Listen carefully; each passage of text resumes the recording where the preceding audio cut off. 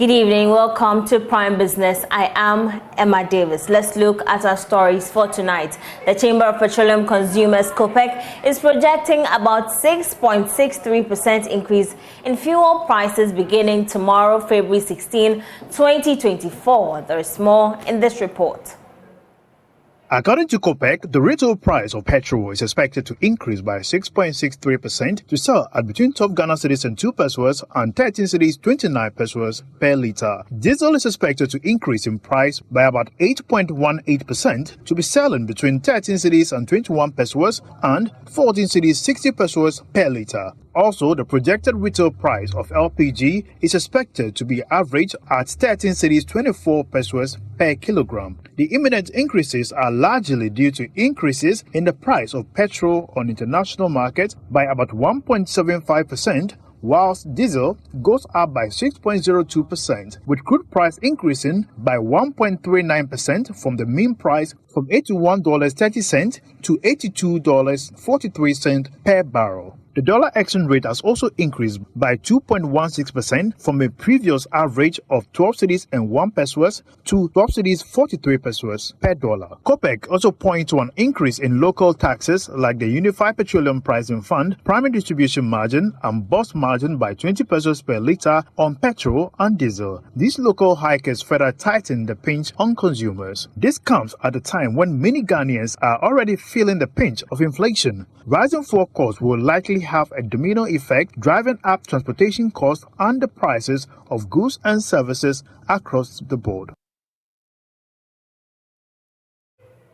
Mining of the Ewoyaa Lithium Project in the Central Region is expected to begin by December this year. That's according to the Minerals Income Investment Fund.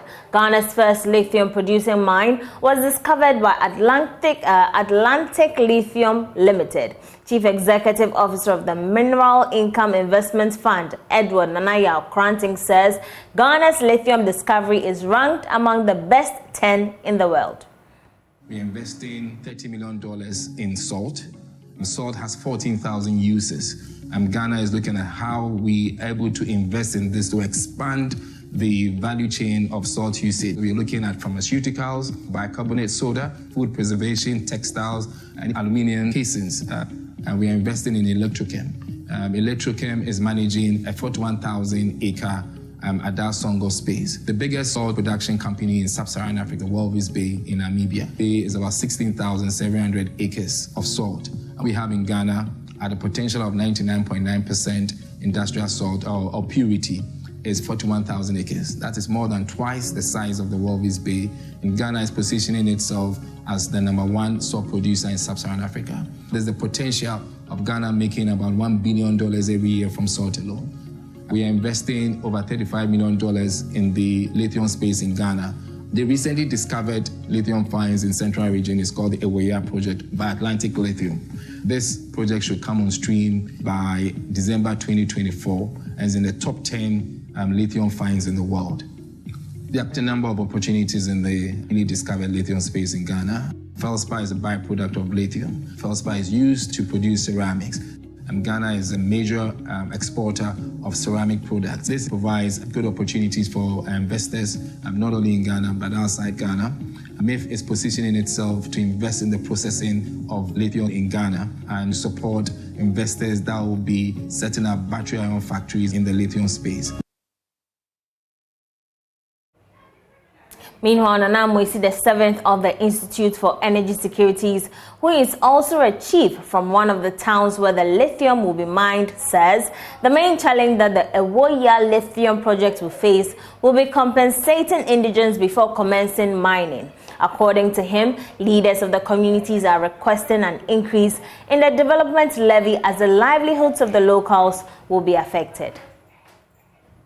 Last 2 days, the EPA on 13th of this month had to also do a public hearing for the people of Infantiman and Astable Kwaman district. This program was held at the Ewoyaa Community School Park in the morning, and there were many concerns that were raised to the point that the EPA had to ask Atlantic Lithium to go back and engage the people further because there are concerns to be addressed. The benefit, the first one that comes to mind, and that has been preached, is job creation. That's the first thing. Then also, you know that it's predominantly a farming area, that district, apart from petty trading and others. Indigenes are concerned about compensation payments because to Atlantic Lithium, in as much as they're giving indication and government is supporting that this year they start a program, they are asking community members not to farm on those lands because they're going to commence work. But the Indigenes are asking that they be paid the compensation first before they allow Atlantic Lithium to start. And so one other thing that could be of challenge to Atlantic Lithium is the compensation payment. And also, community members are also saying that the 1% community levy, development levy, according to the chief, they think that it's too small and it must be increased. The next leg is that the money that will come from that very revenue that goes into the fund must be a separate fund and not a consolidated fund. These are a few of the concerns that were raised at the meeting last 2 days. Moving away from lithium mining, finance professor at the Andrews University in Michigan, USA, Williams report says the government must focus on non-traditional exports to support the growth of the economy. Commenting on the cedi's depreciation the past 3 working days, he indicated that this is a necessary measure that could help reduce the devaluation of the Ghana cedi. He spoke on the marketplace. Let me repeat that exchange rate is the price of every country's currency. And government must pay attention to it because it may destroy an economy. It can destroy an economy. So, like what we have been seeing in Ghana, all the problems we have, 80% is coming from devaluation of the cedi, which is exchange rates. The government has the right to intervene when you see that the price tag for your exchange rate is not something that will support your economy. And that role is in the hands of the Bank of Ghana. The Bank of Ghana giving some forex into the market is really a good thing. And if you look at Ghana's history, the trend, normally between January to April, that is where we see the cedi being devalued very, very much. So, and we know the causes. The causes are that January to April is when goods that were imported for Christmas, that's when the payment become due, so most of there will be pressures.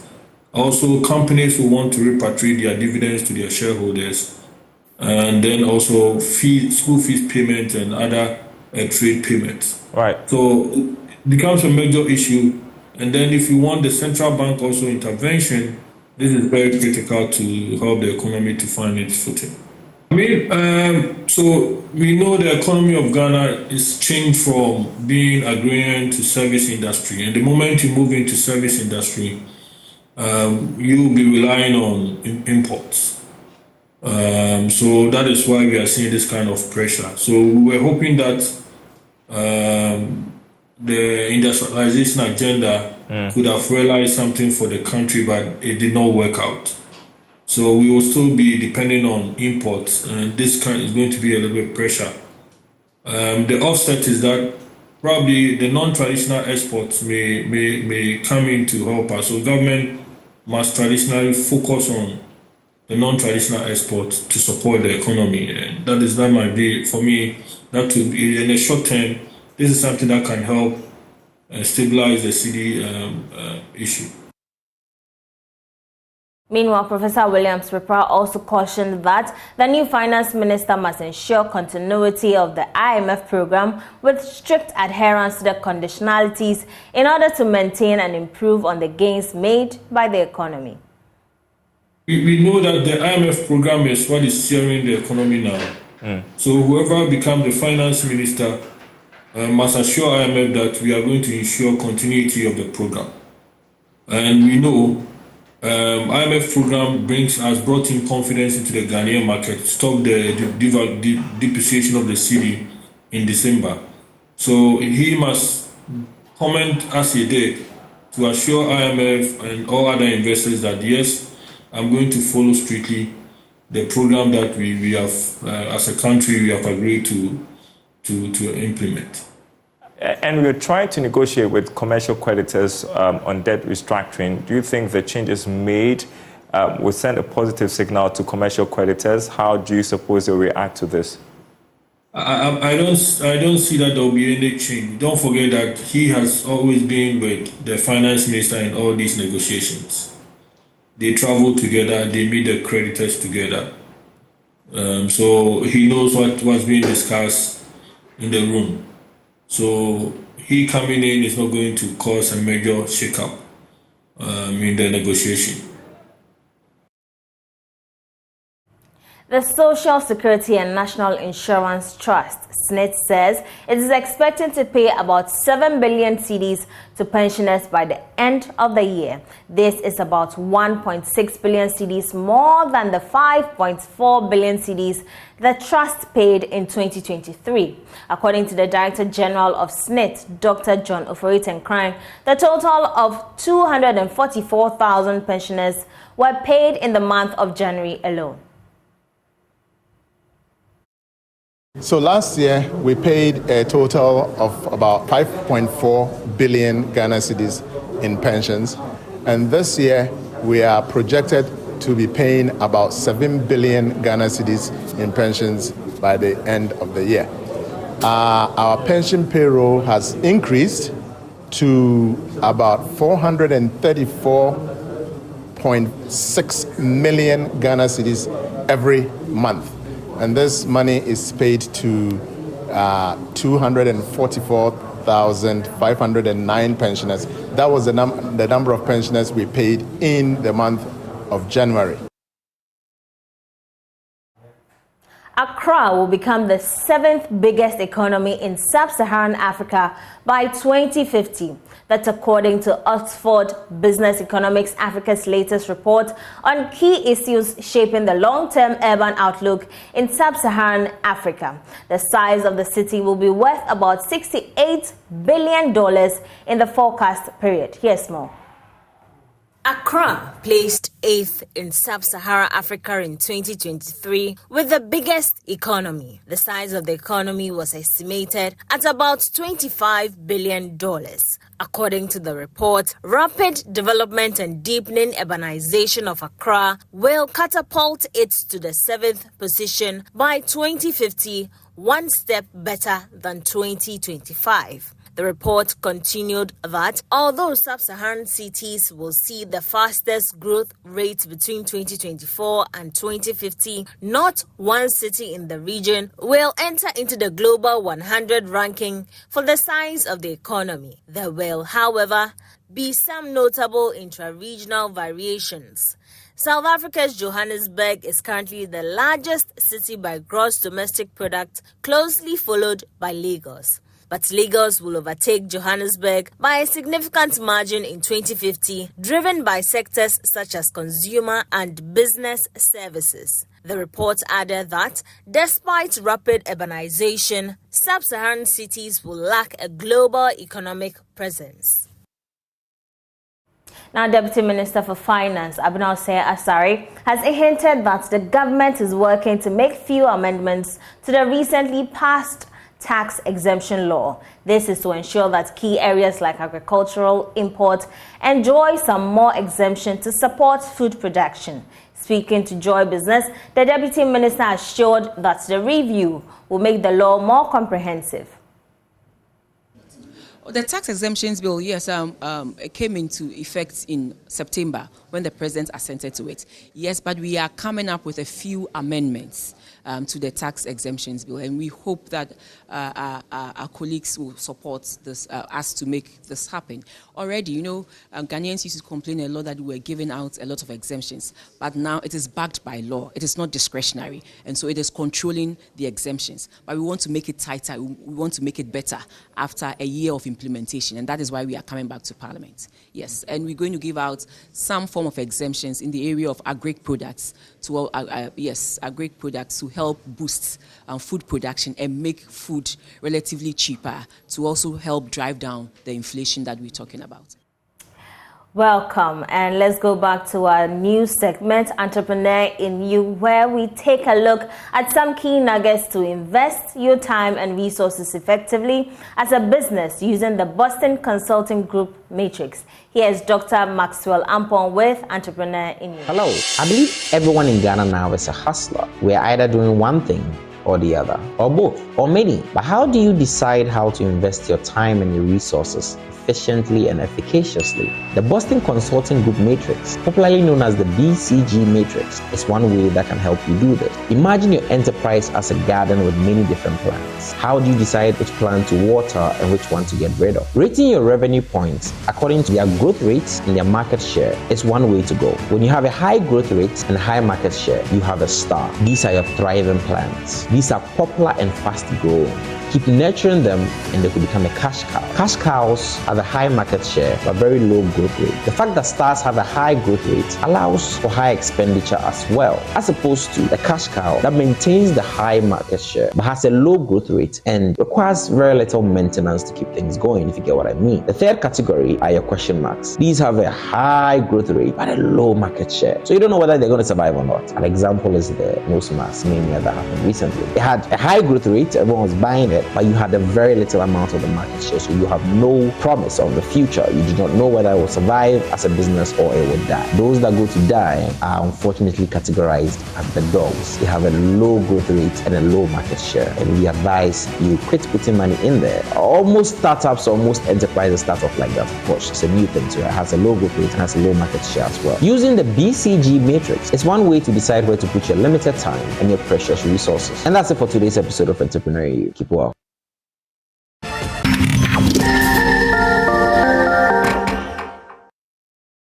Hope the BCG Matrix has been helpful to you and your resources. Before we go, former Food and Agriculture Minister Dr. Ewoyaa Lithium is recommending the reintroduction of the Import Restriction Bill on food products to Parliament. He says many local farmers continue to negatively be impacted by the sale of imported food and farm products. He says reintroduction of the bill is the only means to empower farmers to be competitive. Dr. Ewoyaa Lithium was speaking at the launch of the 70th anniversary of the Faculty of Agriculture at the Kwame Nkrumah University of Science and Technology. There's need for urgent attention on the issue of food imports. In 2021, the Ministry of Food and Agriculture estimated that on average, poultry farmers in Ghana produce chicken at a cost of 26 cedis per kilogram. At the same time, imported chicken was selling for 16 cedis per kilogram. This huge difference in prices put our local poultry farmers at a disadvantage in competing with their counterparts abroad. It is obvious that the chicken importers are landing their products in Ghana, heavily subsidized by the countries of origin. Many imported food items, including rice and palm oil, suffer the same fate as that of poultry.